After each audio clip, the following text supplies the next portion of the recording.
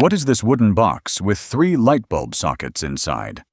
There's an open thin slot on the rear and a lever latch lid that opens a small section of the top. It measures roughly 1 foot 2 inches square and around 9 inches tall. Does anyone know what it is? What you found is an old film contact printer, also called a photo exposure box. Before digital cameras, prints were made by pressing a negative directly against light-sensitive photographic paper. The 3 bulbs inside provide the controlled light source. You would place your negative and paper against the top glass, close the latched lid to press them flat, and switch on the bulbs for a set number of seconds. That burst of light exposed the image onto the paper, which was then developed in chemical baths. These simple boxes were a staple in home darkrooms for decades. My friend picked up this silver medallion thing, and we've been trying to figure out why it exists. It has what looks like an IBM or DBM logo, a sterling silver stamp, and it opens up to reveal some cardboard stored inside. It weighs a few ounces and is about the size of my palm. Was it a retirement gift or something? What you found is a makeup compact for dry powder. That logo you're reading as IBM or DBM isn't a company at all. It's a personal monogram. On these compacts, the surname initial is set large in the center, with the first and middle initials placed on either side, so this likely belonged to someone with initials like Barbara Marie Dickens. The sterling silver stamp confirms the case is solid silver, a common material for higher-end vanity items. Inside, the case would have held loose face powder, and that cardboard you see is the backing for a powder puff or a pressed refill. So rather than a corporate award, this was a personal accessory carried in a purse for touch-ups throughout the day. What is this heavy metal device that looks like a clamp where 3 or 4 pipes would meet?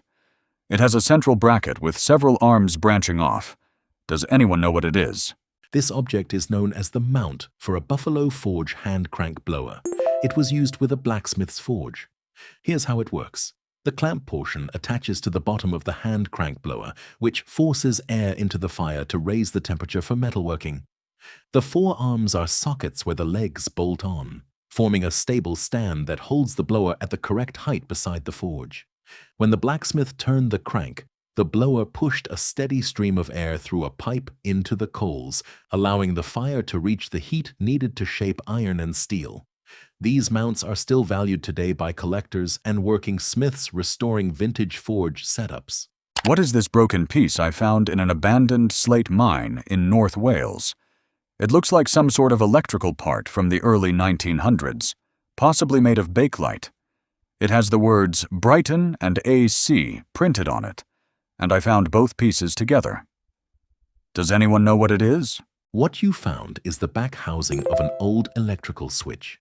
The material is almost certainly bakelite, one of the first synthetic plastics, which was widely used for electrical fittings because it resists heat and does not conduct electricity. The marking AC indicates it was rated for alternating current, the standard for mains electricity. Switches like this were a common feature in industrial sites such as slate mines during the early 20th century, and the durable bakelite casing is often why these pieces survive long after the metal parts have corroded away. I found this cool little guy in a box while on a walk. It's a small hand-painted Japanese ceramic piece, and it says made in Japan on the bottom. My theory is that it's an incense holder. Does anyone know what it is? It's a Japanese toast rack. While it looks decorative, this piece has a practical breakfast purpose. The upright slots are designed to hold slices of toast standing on their edges after they come out of the toaster or oven.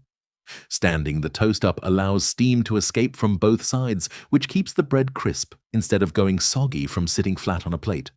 Toast racks became especially popular through British and Japanese tableware traditions, and hand-painted ceramic versions like this were often made as charming everyday serving pieces.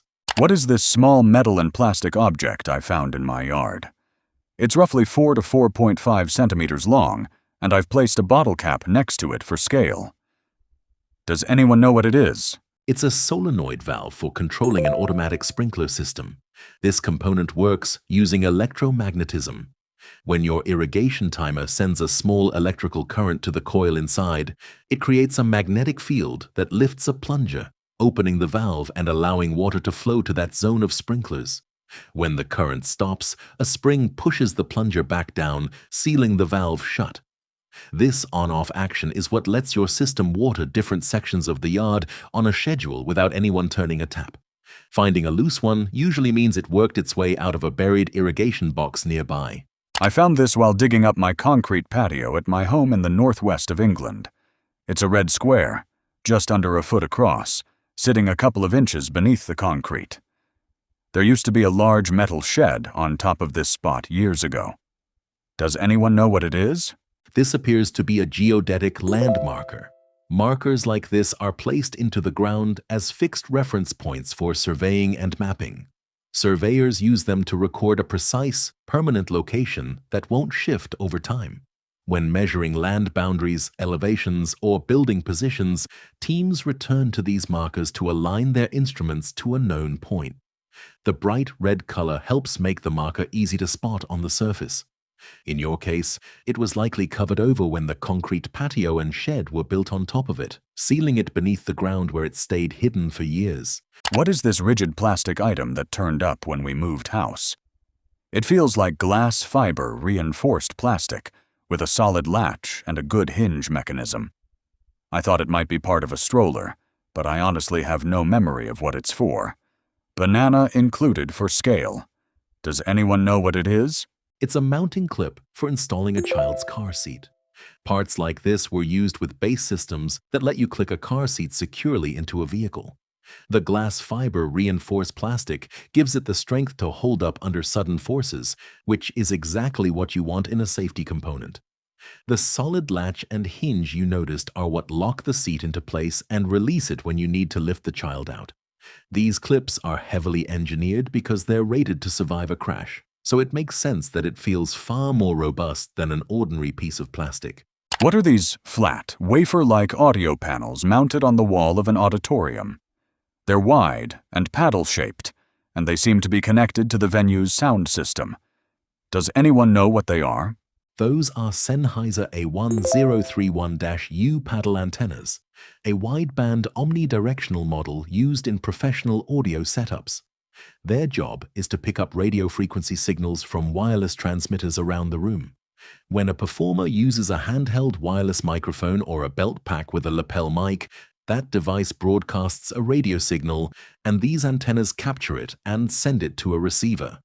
Because they're omnidirectional, they collect signals equally from all directions, which keeps the audio strong no matter where the performer walks. Mounting them high on the wall gives a clear line of sight and reduces dropouts during a show. What is this wooden handle with a heavy, shoe-shaped metal end?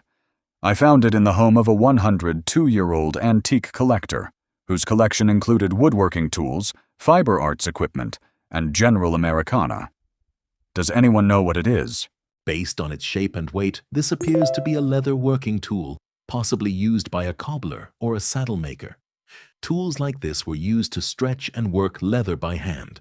The heavy metal end provides the mass needed to press and shape the material, while the wooden handle gives the user a comfortable grip and leverage. Given the collector's interest in general Americana and hand tools, a piece from a leather trade fits right in with the rest of the collection. I found this inside a 1919 Singer 66 treadle sewing machine. It's metal, curved slightly at the end, and a little sharp. It's pretty light and fits in my hand. There's a screw that unscrews, but nothing moves, though it looks like it should. Maybe it's just gummed up from being old. Does anyone know what it is? What you found is an old drawing compass. This is the classic tool used to draw circles and arcs. One leg ends in a sharp metal point that anchors into the paper, which explains the curved, slightly sharp end you noticed. The other leg, the hoopy side, is designed to hold a pencil or a piece of lead. The screw you found adjusts the width between the two legs, setting the radius of the circle you want to draw. The reason nothing moves is likely exactly what you suspected. Decades of dried lubricant and rust have seized the hinge. A little penetrating oil would probably free it right up.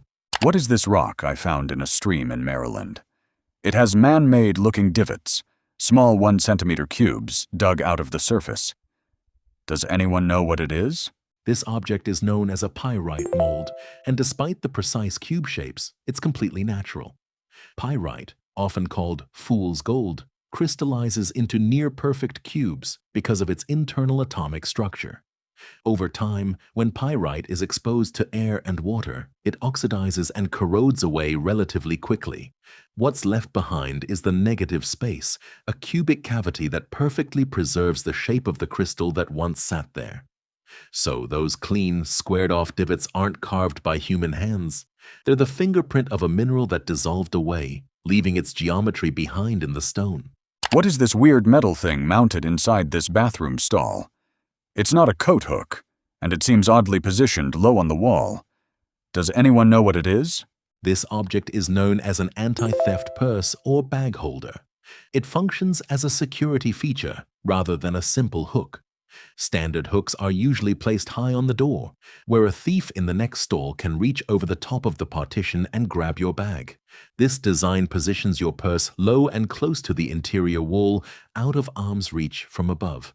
By keeping your belongings down at your level, it prevents the classic reach-over grab that plagues public restrooms. What is this heavy object thrown out of a hotel? It's about 1 meter wide, molded in one piece, and has no drain. There's a stand with a hole about 2 centimeters in diameter. It's clearly not upside down. Does anyone know what it is? What you found is the base to a pedicure chair system. The large round section is where the main chair unit sits and locks into place. The extended left portion is designed to hold the foot basin, which houses a removable container for water during a treatment.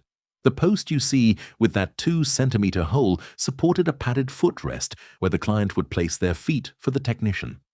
Once the chair and basin are removed, the bare base looks completely unrecognizable, which is exactly why it was so confusing after being discarded. What is this small metal container with a blue plastic lid and a spring-loaded spike? When you press down on the blue top, a spike protrudes from a hole in the metal base. But the spike seems too large for a blood test, and there's no latch to snap it into skin. Does anyone know what it is? It's an egg piercer. This kitchen gadget solves a common cooking problem. When you boil an egg, air trapped inside the shell expands as it heats, which often causes the shell to crack and leak.